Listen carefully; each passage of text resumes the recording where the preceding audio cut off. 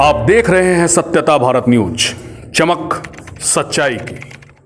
High court के फैसला आने के बाद नगर निगम का चुनाव हुआ रद्द। बिहार सरकार ने हाई कोर्ट के फैसले को नजरअंदाज कर तमाम अटकलों को दूर कर बिहार में द्वितीय चरण पर चुनाव कराने का फैसला किया।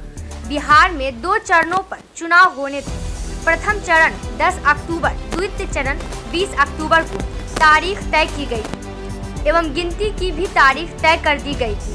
बिहार में चुनाव की बिगुल फूंकते ही सभी प्रत्याशी चुनावी मैदान में उतरकर नॉमिनेशन करने के साथ बिहार के सभी जिलों में प्रचार प्रसार की शुरुआत होना शुरू हो गया।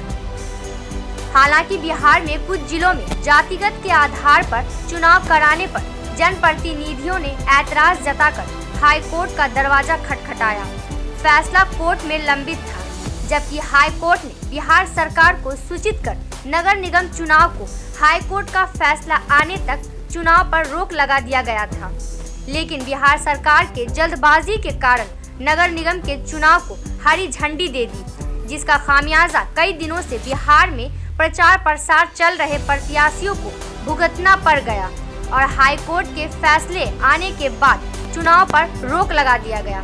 हाई कोर्ट ने बिहार सरकार को चेताया, नगर निगम चुनाव में जातिगत के आधार पर आरक्षण दी गई थी, उसको सामान्य करने के बाद जो भी त्रुटि है उसको सुधार करने का नोटिस जारी कर दिया है। फिलहाल अभी तक चुनाव का मामला लंबित है। इन्हीं सब चुनावी मुद्दों को लेकर कटिहार के पूर्व पार्षद रमेश महतो ने भी बिहार सरकार व पूर्व में रह रहे उप मुख्यमंत्री तारकिशोर प्रसाद को जातिगत आधार पर चुनाव होने पर ऐतराज जताया गया था तथा चुनाव होने पर गंभीर परिणाम भुगतने की बात कही गई थी।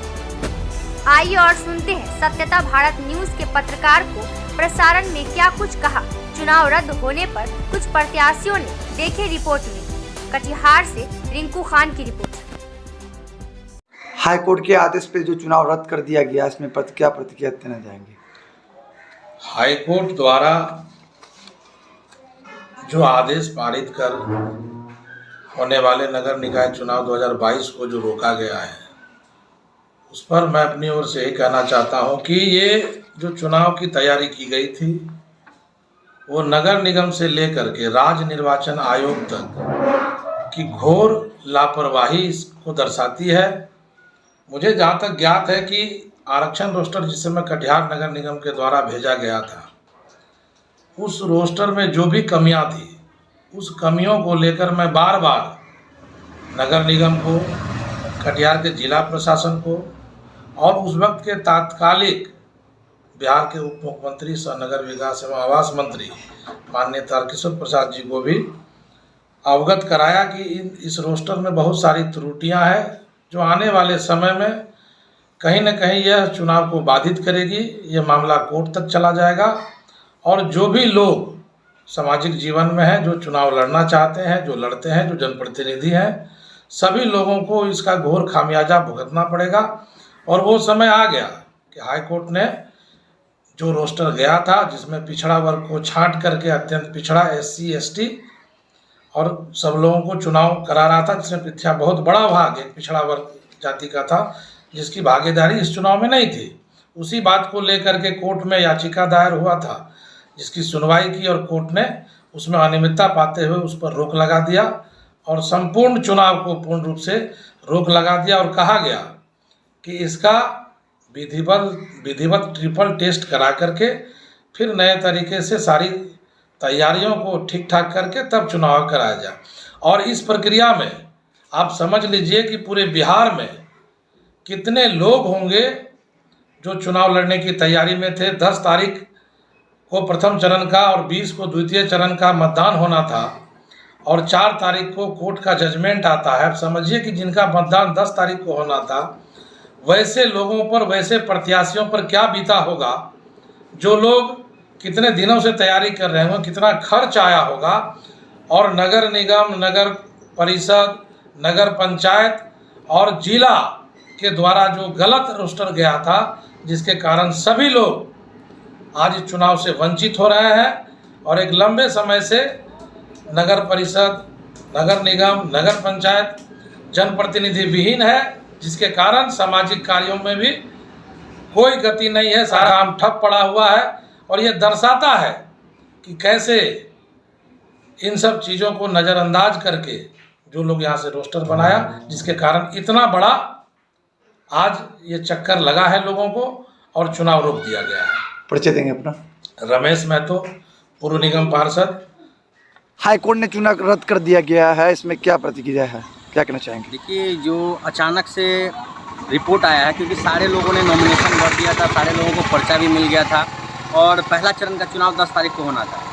अगर हाईकोर्ट को स्टे लगाना था तो पहले लगाते, लेकिन ये जो है सरासर माननीय नीतीश कुमार को और माननीय गठबंधन के सभी नेताओं को बदनाम करने की साजिश की जा रही है भाजपा के द्वारा। क्योंकि अचानक से चुनाव आयोग को चिट्ठी निकाल दिया जाता है, हाईकोर्ट का आदेश आ जाता है कि चुनाव आप पुराने रोस्टर से कीजिए, अन्यथा इसको रद्द कीजिए। अब ये बताइए कि इतने नॉमिनेशन लोगों ने भरा, इतना सारा खर्च हुआ, सब कुछ हुआ, उसके बावजूद लोग अब किसके पास गुहार लगाएंगे? ये तो एक जन आंदोलन का आगाज कर दिया उन्होंने। अभी सभी कार्यकर्ता एवं सभी प्रतिनिधि इसका जमकर विरोध करेंगे। और मैं बता देना चाहता हूँ कि हाई कोर्ट अगर बीजेपी के उंगलियों के इशारे पे चल रही है तो ये सरासर गलत है, क्योंकि जो है हमारे देश का न्यायालय वो सबसे बड़ा हमारा मंदिर मस्जिद से भी जो कि है उसको ऊंचा दर्जा दिया जाता है संविधान के आधार पर। लेकिन आज संविधान को रद्द करने की बात की गई है और माननीय नीतीश कुमार जी को, माननीय राहुल गांधी जी को, माननीय हमारे तेजस्वी यादव जी को बदनाम करने की साजिश की जा रही है कि नीतीश कुमार और गठबंधन की सरकार जो है आरक्षण के खिलाफ है। मैं दावे के साथ कह सकता हूं, अगर आरक्षण के खिलाफ होती नीतीश सरकार तो चुनाव की घोषणा नहीं होती और सभी को पर्चा नहीं मिलता। मैं इजहार अली, अल्पसंख्यक जिला अध्यक्ष, कांग्रेस कटिहार। धन्यवाद। के आदेश पे चुनाव को रद्द कर दिया गया, इसमें क्या कहना चाहेंगे?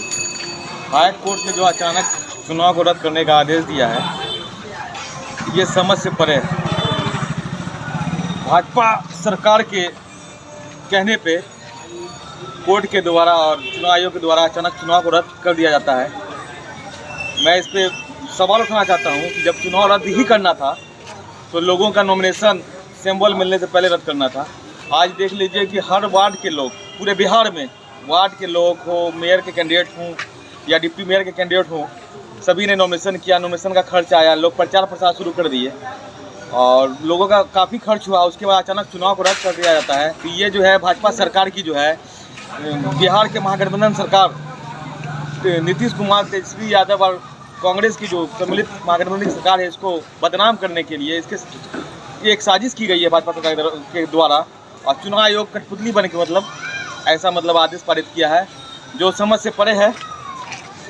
मैं आज आपके चैनल के माध्यम से तमाम बिहार वासियों को ये आश्वस्त करना चाहता हूँ कि ये जो पिछड़ी जाति के खिलाफ केंद्र सरकार की साजिश चल रही है, इस साजिश के खिलाफ और जो साजिश बिहार सरकार के खिलाफ चल रही है, उस साजिश के खिलाफ भी हम लोग सड़क से लेके सदन तक आंदोलन करेंगे। और भारत सरकार को अपने जो है क्या बोलते हैं रुख पे जो है चेंज करना होगा। परिचय दीजिए। मोहम्मद अरमान मजर राना, उप महापौर प्रत्याशी, कटिहार नगर निगम कटिहार।